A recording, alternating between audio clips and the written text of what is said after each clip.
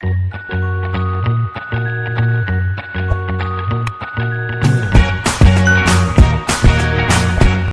Student, welcome to unite classes. तो आज हम स्टार्ट करेंगे नेशनल इनकम और उसकी मेथड्स देखेंगे। तो मैंने आपको लास्ट वीडियो में क्या पढ़ाया था, national income and related aggregates. तो मैंने आपको जो लास्ट वीडियो में national income and related aggregates पढ़ाए थे, तो आपको पता चलेगा कि कौन सा एग्रीगेट है वो कौन से मेथड से मिलता है, तो आपको वो पता चलेगा। फिर आपको मैं वो बताऊंगा कि नेशनल इनकम किसे कहते हैं। तो नेशनल इनकम नॉर्मली आपको पता तो है, पूरे देश की इनकम को हम कहेंगे नेशनल इनकम। तो नेशनल इनकम से हमको क्या मिलेगा, एनएनपी एफसी, ये आपको याद रखना है। नेशनल इनकम को हम क्या एनएनपी एफसी कहेंगे, net national product at factor cost. क्या, net national product at factor cost. तो अब ये नेशनल इनकम कैलकुलेट करने के लिए हमारे पास तीन मेथड्स है।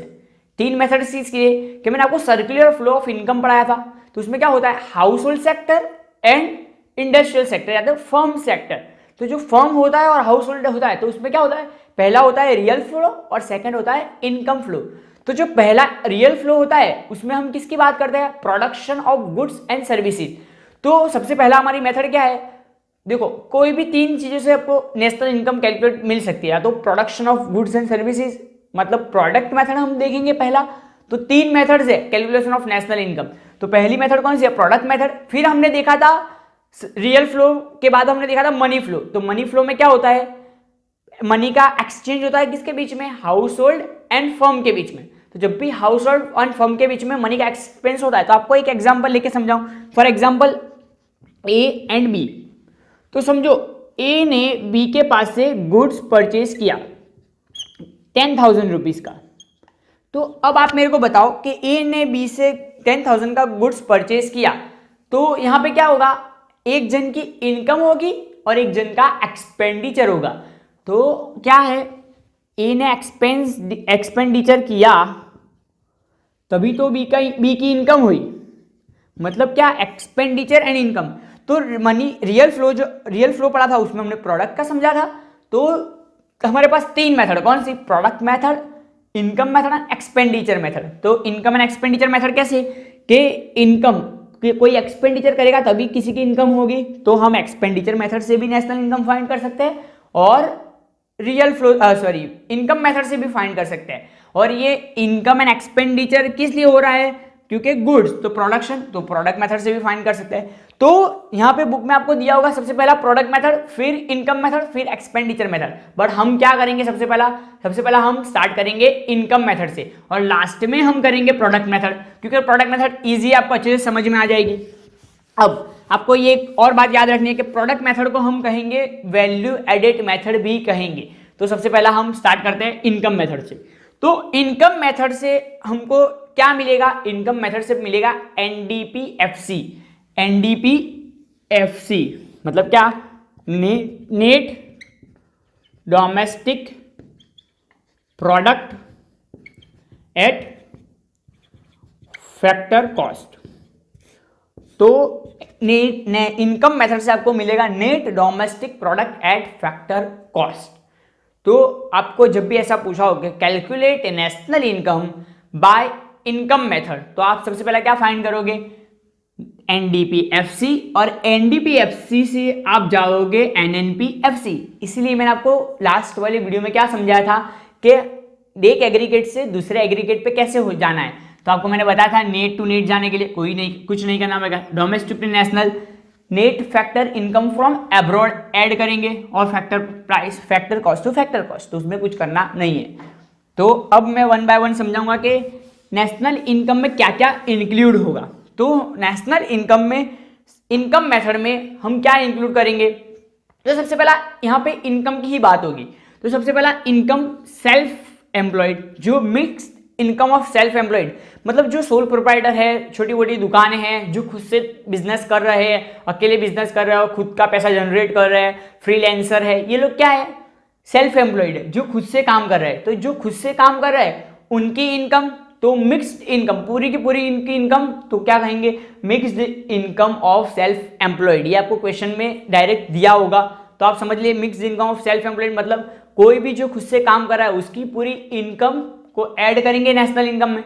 अब सेकंड, पहला तो कोई खुद से काम करेगा या तो कोई किसी के लिए काम करेगा, तो कोई किसी के लिए काम करेगा तो उसको क्या, कंपेंसेशन टू एम्प्लॉय, मतलब कोई भी किसी के लिए काम करता तो हम उसको क्या देते हैं, कंपेंसेशन देते हैं। तो कंपेंसेशन भी डेफिनेटली क्या होगा, इनकम होगी किसकी, एम्प्लॉइज की। तो कंपेंसेशन टू एम्प्लॉइज में हम क्या क्या ऐड करेंगे, सैलरी, वेजिस, बोनस। सैलरी मतलब उसको मंथली जो सैलरी मिलती है वो, वेजिस उसको जो आर्ली बेसिस पे मिलता है या तो डेली बेसिस पे मिलता है वो ऐड करेंगे। बोनस जैसे नॉर्मली अपने इंडिया में क्या होता है, दिवाली बोनस मिलता है तो उसे भी हम ऐड करेंगे। डियरनेस अलाउंस, तो डियरनेस अलाउंस भी अलाउंस है कि नॉर्मली रूटीन लाइफ के लिए ये मिलता है। तो सेकंड क्या है, house rent allowance. House rent allowance means क्या, घर का भाड़ा जो आप बोलते हो तो वो भी कंपनी पे करती है। कुछ कंपनीज आपने सुना होगा कि ये कंपनी तो पेट्रोल का प्राइस भी देती है, गाड़ी का खर्चा भी देती है, आने जाने का ट्रांसपोर्ट कॉस्ट भी वो बेयर करती है, तो वो सब इंक्लूड करेंगे। तो नॉर्मली क्या होता है, सैलरी फॉर एग्जांपल समझो, सैलरी इज 1 लाख, तो आपने सुना होगा कि सैलरी क्या है 1 लाख है इस बंदे की, बट क्या उसको अकाउंट में कितना पैसा मिल रहा है, सिर्फ 80,000 रुपीज मिल रहा है।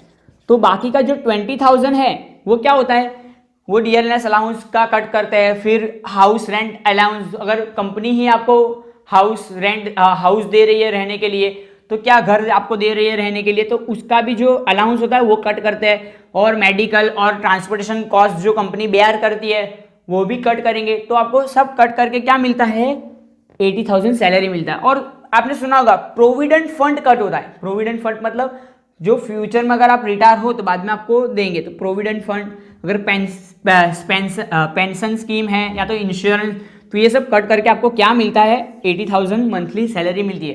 रियली में आपकी सैलरी कितनी है, 1 लाख। तो हमको क्या करना है, पूरी जो रियल सैलरी है वो लिखनी है, क्योंकि रियल सैलरी वही तो इनकम है एम्प्लॉय की। तो इसमें क्या क्या इंक्लूड करेंगे, फिर से रिवाइज कर रहा हूँ, salary, wages, bonus, dearness allowance, house rent allowance, medical and transport allowance, employer share. तो एम्प्लॉयर शेयर किसे कहेंगे, तो क्या होता है कुछ जगह पे पीएफ, जो प्रोविडेंट फंड होता है वो क्या होता है, जैसे कि 6% प्रोविडेंट फंड है, तो क्या करेंगे, उस जो एम्प्लॉय है उसके जो सैलरी है उसमें से कट करेंगे 6%, और कुछ परसेंट कौन ऐड करेगा, एम्प्लॉयर शेयर। अभी एम्प्लॉयर्स कौन होता है, जो एम्प्लॉय को काम देता है वो भी उसमें ऐड करता है, तो उसकी क्या है, एम्प्लॉय की एडिशनल इनकम है, एडिशनल इनकम है, तो ये क्या है, एम्प्लॉयर शेयर। तो याद रखना जब भी यहाँ पे एम्प्लॉई शेयर दिया हो तो क्या करना है, आपको ऐड नहीं करना है, आपको कौन सा ऐड करना है, एम्प्लॉयर शेयर। और कंपेंसेशन टू एम्प्लॉय, तो ये क्या करोगे, सबसे पहला mixed income of self employed plus compensation to employees. अब लास्ट देखेंगे क्या है, operation surplus. Operation surplus means जो डेली रूटीन में आप रेगुलरली अर्न कर रहे हो, तो ऑपरेशन सरप्लस में क्या है, रेंट है, इंटरेस्ट है, रॉयल्टी है। रेंट और इंटरेस्ट समझाने की जरूरत नहीं है। रॉयल्टीज मतलब क्या होता है, आपने किसी को फ्रेंचाइजी दी है, जैसे कि ये मैकडोनल्ड्स और केएफसी और भी क्या है अलग अलग ब्रांड्स है, वो कैसे रन करती है, वो रॉयल्टीज अर्न करती है। और ऐसे रन, जैसे कि आप लोग को मैकडोनल्ड की ब्रांड खोल लिया, मतलब आपको मैकडोनल्ड का एक ब्रांच चाहिए, तो आप क्या करोगे, उसको रॉयल्टी पे करोगे, तो मंथली रॉयल्टीज आपको पे करनी होती है। और क्या है प्रॉफिट, प्रॉफिट का मतलब तो आपको खबर अब पता ही है, तो क्या करेंगे, प्रॉफिट में नॉर्मली क्या होता है, corporate tax plus dividend plus retain earning. मतलब हम क्या करते हैं, नॉर्मली जो प्रॉफिट निकलता है उसमें से टैक्स भी पे करते हैं, उसमें से डिविडेंड भी पे करते हैं, और उसमें से कुछ रिटेन अर्निंग करते हैं। तो पूरा प्रॉफिट क्या होगा अपना, corporate tax plus dividend plus retain earning. अगर आपको डायरेक्टली प्रॉफिट दिया है तो आप ये सब चीज़ों को इग्नोर करोगे, अगर आपको डायरेक्ट प्रॉफिट नहीं दिया है तो आप ये सब चीज़ों का एडिशन करोगे तो आपको क्या मिलेगा, प्रॉफिट। तो सिंपल आपका फॉर्मूला क्या होगा, NDPFC is equal to mixed income of self employed plus compensation to employees plus operating surplus. तो ये क्या है, सिंपल नेशनल इनकम कैलकुलेट करने का तरीका, कौन सी मेथड से, इनकम मेथड से।